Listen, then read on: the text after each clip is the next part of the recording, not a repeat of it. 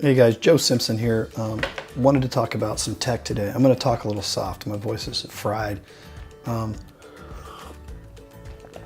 I have been sick all week, but I wanted to do a video for you this week and talk about some tech.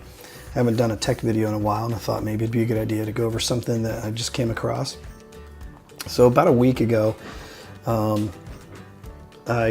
2 weeks ago, I put out a video about a video editing software for the iPad, and it's called LumaFusion, and it kind of looks like this.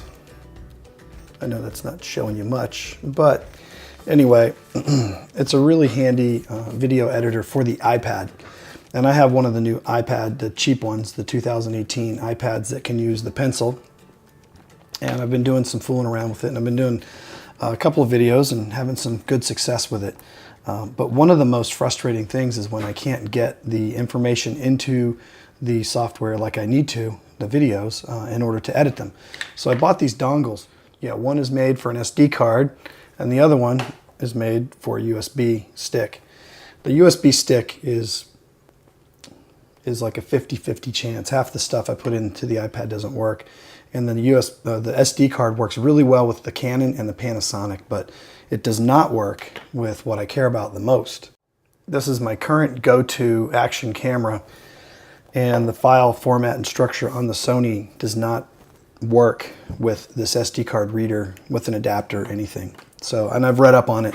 The Sony cameras, you can do a workaround with some of the settings, but you can't do it with the FDRX 3000. So a little frustrating, because what I was hoping to do, hit the road with an iPad and the FDRX 3000 and be able to do some like mobile editing and backup and all that stuff. So I did some reading up, and I found out about a product called Gnarbox. It's spelled Gnarbox, Gnarbox. So what Gnarbox does, it's more or less a computer with a hard drive inside, and it's got multiple ports, and you can back up your data off of your cards in the field, and then you can pull up an app on your phone. You can actually edit your videos with the Gnarbox software using the Gnarbox, and you don't need a computer, a laptop, iPad, nothing. You use your iPhone. Sounds pretty cool, but the only thing I don't like about the Gnarbox is when you're trying to use it strictly for backup, there's no like one-touch backup option unless you have your phone. I actually bought this a couple years ago, made by Western Digital, and it's called the Western Digital Passport. It's got an SD card input on the side. It's got a couple power buttons and a USB 3 connector. So this can be connected to your computer with USB 3, or you could put in an SD card, and I have it set to auto settings, so when I put an SD card in here, it automatically, when it's on, it automatically starts downloading the contents of that SD card, and it puts each SD card's information in its own folder, which is really helpful. So this is cool, but this does not have the ability to work with LumaFusion. LumaFusion, remember, is that editing software. The Gnarbox works beautifully with LumaFusion. Actually, with the Gnarbox, you can go into LumaFusion and preview the videos, pick out a segment of the video you want from the Gnarbox, and download just that segment, which is actually probably the biggest benefit to the Gnarbox, in my opinion, for my purposes. But the one thing the Gnarbox can't do is it doesn't have automatic card backup, or it doesn't have a push button card backup. The main thing I liked about this over the Gnarbox is it has the SD backup, and it will do it automatically, or it allows for you to push a button to do it. I do the push button method, so I can put a card in there. When the card is seated and ready, I just hit the button, and then it backs up into the drive. The other thing that I like about this over the Gnarbox is the fact that it has a much bigger drive space for a much lower price, or much bigger space for the same price. The Gnarbox 128 gig device is $299. This is $299, and it has 500 gig SSD drive inside. So I went for the space and the backup utility function above, in lieu of the easy, editing option for the Gnarbox. So let me walk through how this works.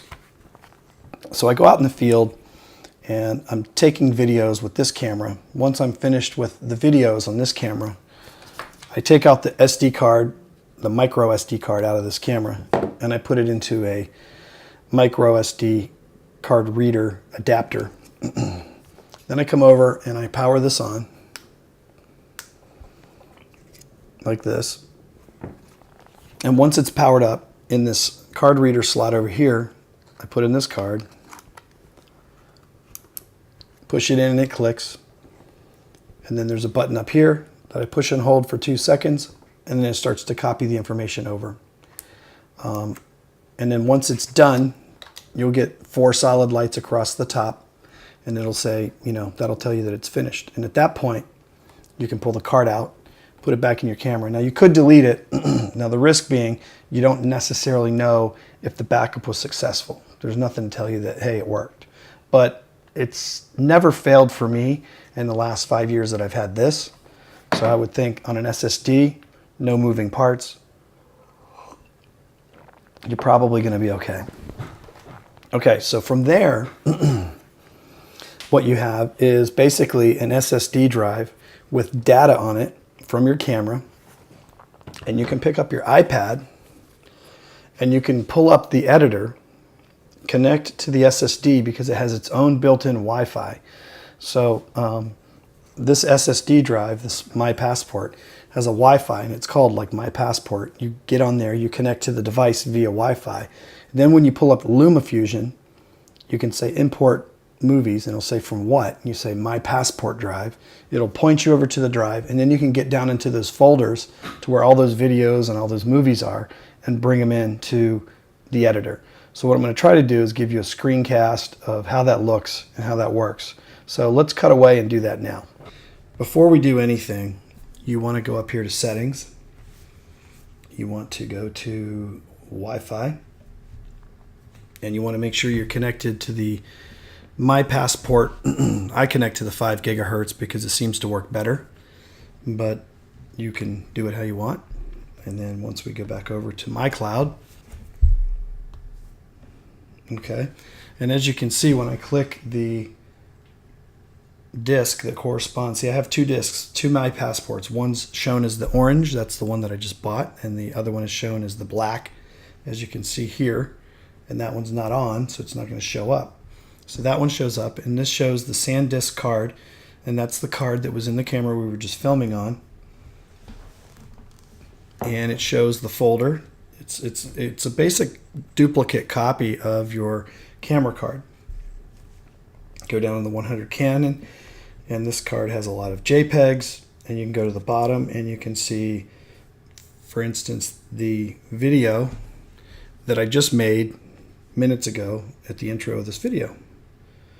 And it plays, and I started off, and this is just the raw video. So you could get to your folders and your files that way through the MyCloud app. But something that's nice about the way this works is now when you use a LumaFusion and you have a new project and you want to import, up here where the 3 little dots are at the top to the left of my project, see those 3 dots? You click the 3 dots, you click the import media, and it'll come up with network sources, and you say, oh, My Passport. Once you click My Passport, you can say, oh, the SanDisk.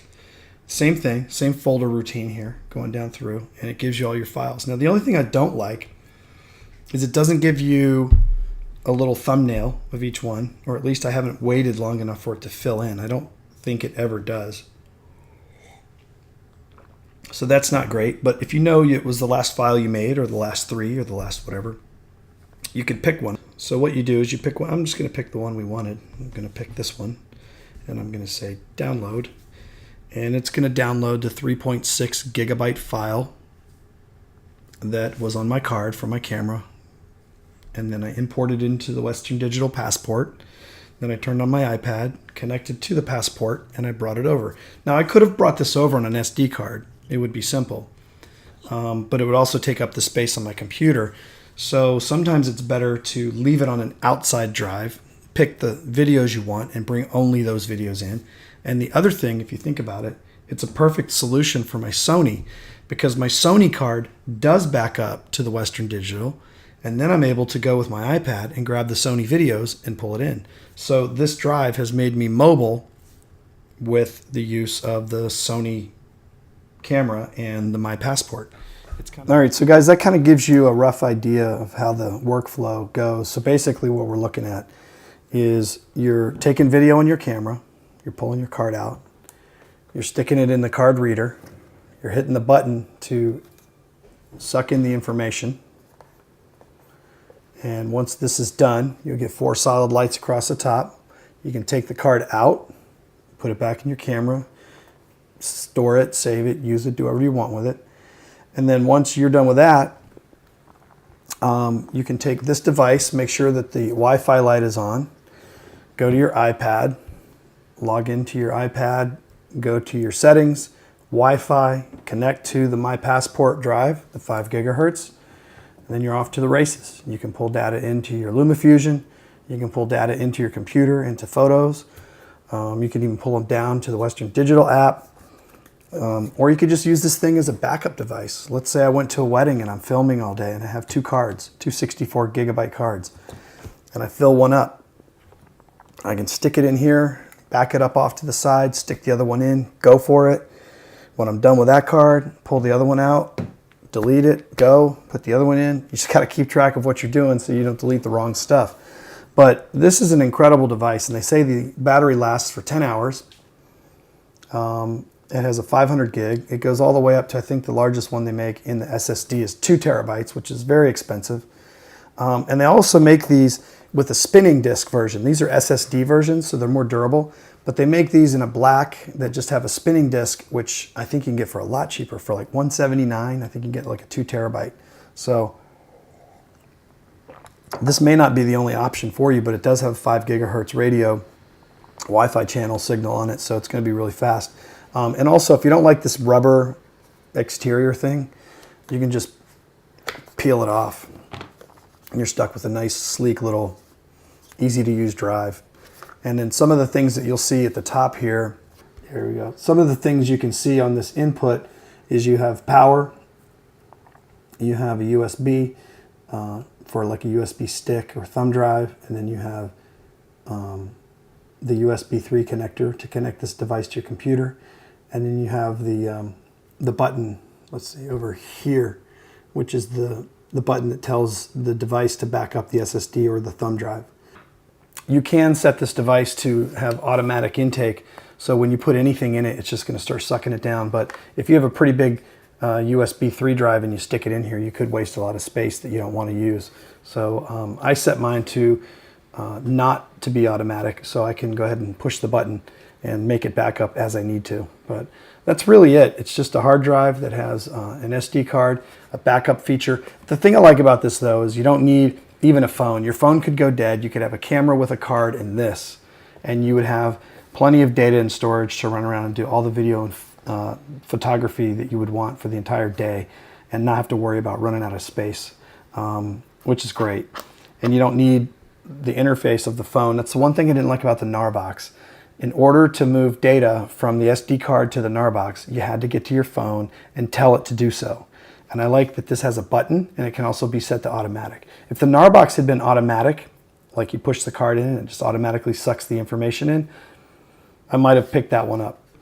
They made it an SSD, so now you can knock it around. It's not going to really get messed up. They put a little tough box case on it, so if you drop it when you're out and about, that kind of makes it sturdy. I think it's a really nice product. It's a little pricey, but compared to the Gnarbox, I think it's a lot cheaper. And I think it's something you should consider, especially if you're going to be moving your editing method to the iPad. You know, if you're going to be going out in the field and doing stuff that's a little bit more remote, then you might want to consider this as an option. So I thought I'd share that with you guys. I appreciate you coming along, and I hope it was informative enough and not too scattered. But if there's anything in particular you want to know about it, or if you have particular questions like, hey, will it do this or will it do that, just text me, email me, go down below, make comments. And I appreciate you guys watching the vids, and I hope you guys have a good weekend. I'm going to go ahead and sign off because my voice has pretty much had it. And sorry I sound like, you know, some kind of rough, tough old man or whatever, but I'm not feeling great. So you guys have a great one, and I will talk to you soon. And maybe we'll try to get out and go fishing this weekend. It's raining a lot, so I doubt it. But I also have a lure I want to review, but when my voice is better and I can be a little bit better mood. But anyway, that's the Western Digital My Passport SSD. So thanks so much for joining, and I'll talk to you soon.